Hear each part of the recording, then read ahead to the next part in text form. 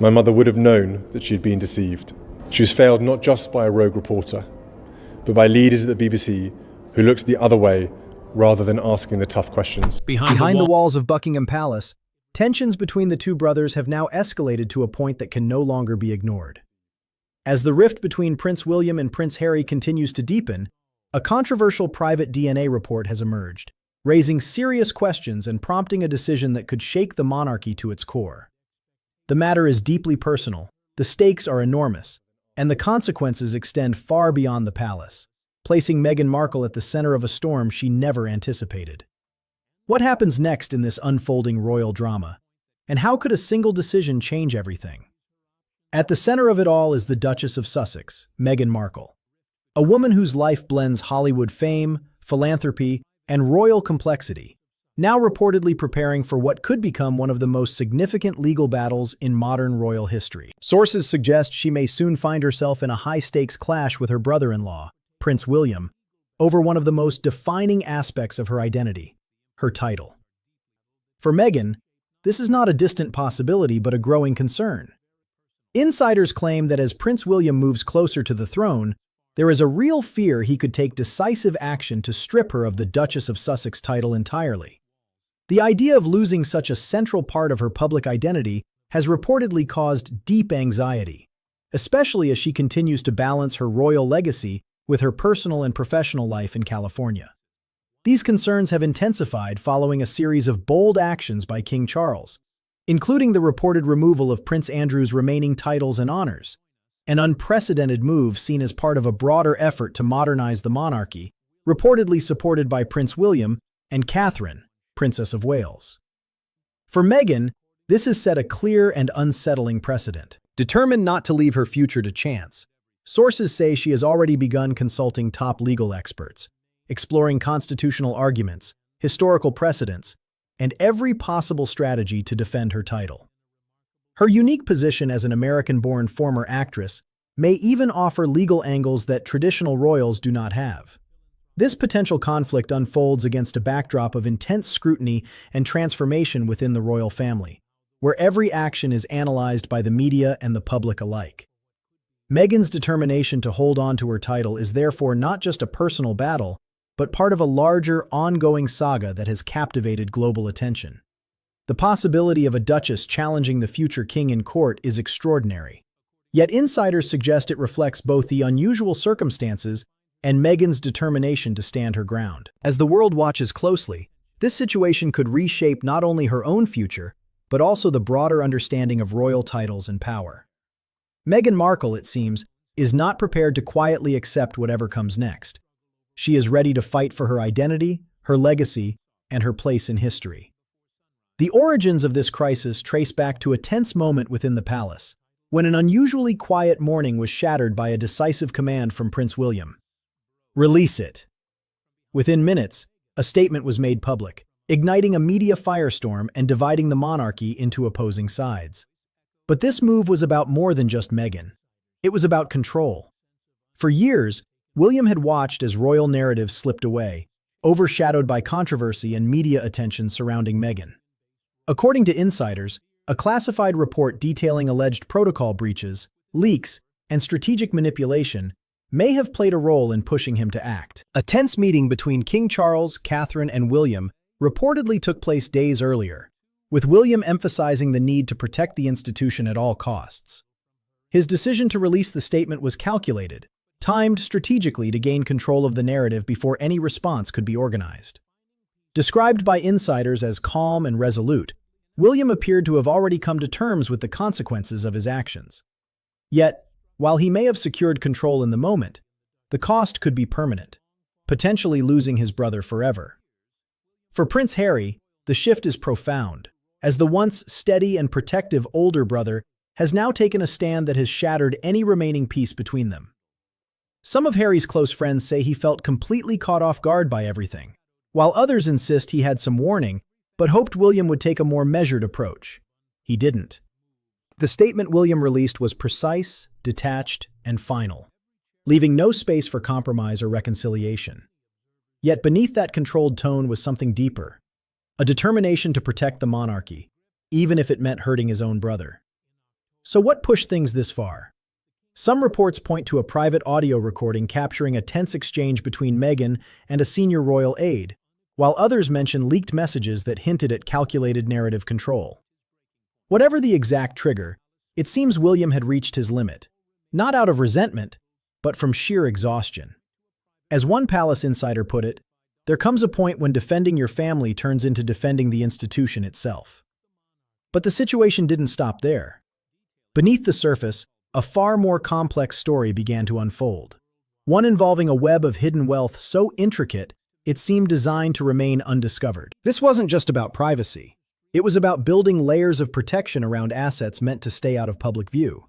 An offshore account in Jersey, established in March 2019 during the early days of Meghan's royal life, stood out as particularly unusual. It wasn't a simple holding account. It appeared to be part of a much larger, carefully constructed financial network. Her name didn't appear anywhere directly. Instead, ownership was obscured through a chain of entities spanning multiple jurisdictions. A company in the British Virgin Islands linked to another in Delaware, all managed through a Swiss trust. Each layer added distance, creating what financial experts call plausible deniability, making it incredibly difficult to trace direct control. When investigators began examining the structure, they slowly uncovered a trail that seemed to point toward Meghan as the ultimate beneficiary. This wasn't something assembled casually. It bore the hallmarks of expert financial engineering, exploiting international loopholes and navigating regulations with precision. The movement of funds added another layer of intrigue, with deposits arriving from various unrelated sources. Then came a detail that drew particular attention. A relatively small payment of $499 sent from an entity identified as RQL LLC to a private medical facility in the United States known for its discretion.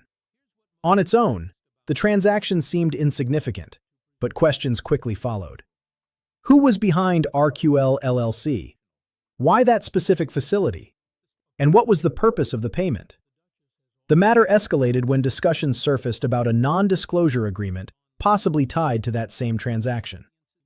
That single detail prompted investigators to widen their scope, examining travel records, security footage, and additional financial data linked to earlier flagged transactions. Individually, each element could be explained in multiple ways, but together, they began to form a pattern that demanded closer scrutiny. At the same time, questions around royal titles and financial entitlements added another dimension to the unfolding situation. The Sussex children, officially recognized as Prince and Princess on their birth certificates, became part of a broader review. Most emotionally charged of all was the reported involvement of Princess Diana's discretionary trust, a fund valued at over £22 million and intended to pass through her sons to future generations. According to reports, Prince William had quietly initiated discussions to temporarily pause any allocations connected to the Sussex children until the review was complete. It wasn't a permanent decision, but the message it sent was unmistakable. For Harry, that move reportedly struck a deeply personal chord. The trust wasn't just about money. It represented his mother's legacy, a tangible link between Diana and the grandchildren she never had the chance to meet. Seeing that connection put on hold felt, to him, like a profound betrayal. What had once been framed as duty and institutional responsibility now felt intensely personal. As tensions escalated, the relationship between William and Harry appeared to reach an even more painful stage. Those close to them described it not as a simple breakdown, but as something far more complicated. Two people who still cared deeply about each other, yet were unable to find a way back through the weight of everything that had happened. A recent phone call between them reportedly lasted less than 15 minutes, with both men choosing their words carefully, aware that anything said could eventually become public. The warmth that once defined their bond hadn't disappeared entirely.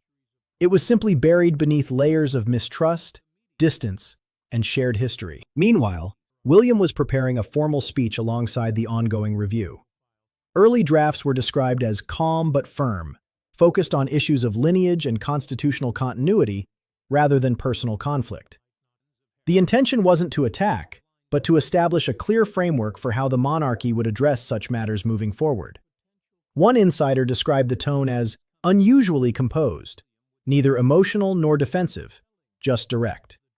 In it, William was expected to express a willingness to endure public criticism if it meant preserving what he saw as the integrity of the institution.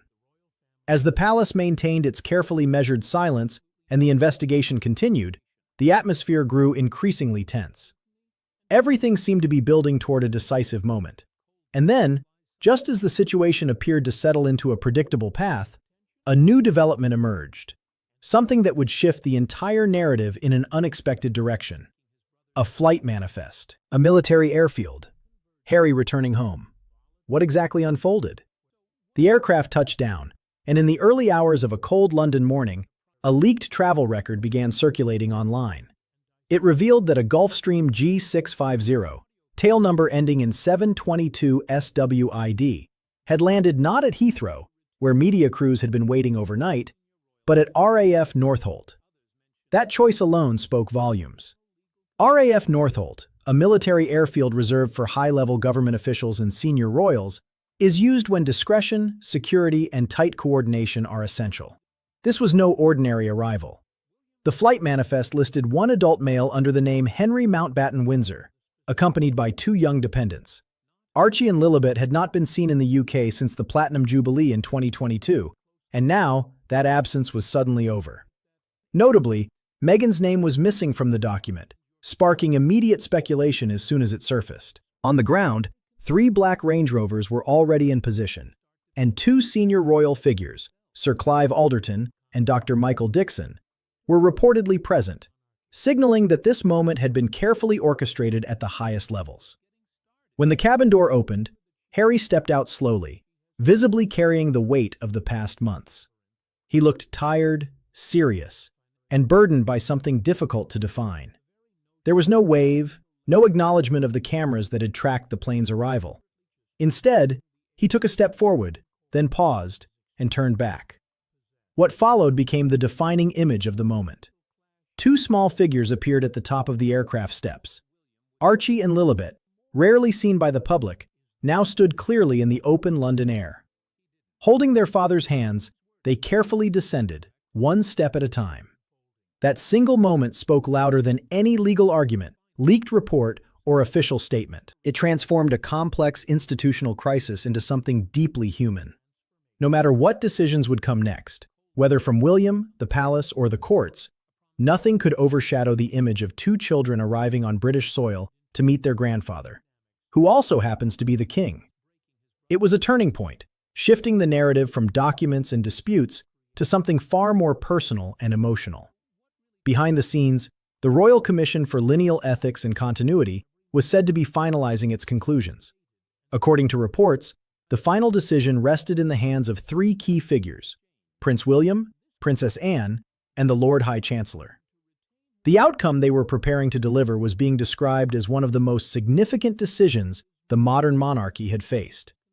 2 very different futures stood ahead. If the commission ruled in favor of full recognition for Archie and Lilibet, it would signal a willingness by the monarchy to evolve, acknowledging modern realities while preserving its traditions. It could restore a degree of connection between the Sussex family and the institution, and it would likely release the funds from Princess Diana's trust that had been temporarily placed on hold. Such a decision would suggest that the monarchy could balance tradition with fairness, rather than using those traditions as tools of exclusion. On the other hand, a ruling against recognition would carry serious consequences. Titles could be impacted, and the separation between the Sussexes and the royal institution could become formal and permanent. Harry's children would grow up in California without the royal status tied to their lineage, and their connection to Diana's legacy, both symbolic and financial, could remain unresolved. Most significantly, it would deepen the divide between William and Harry, pushing them further apart than ever before. Ultimately, the decision was about more than just the children. It was about the future identity of the monarchy itself.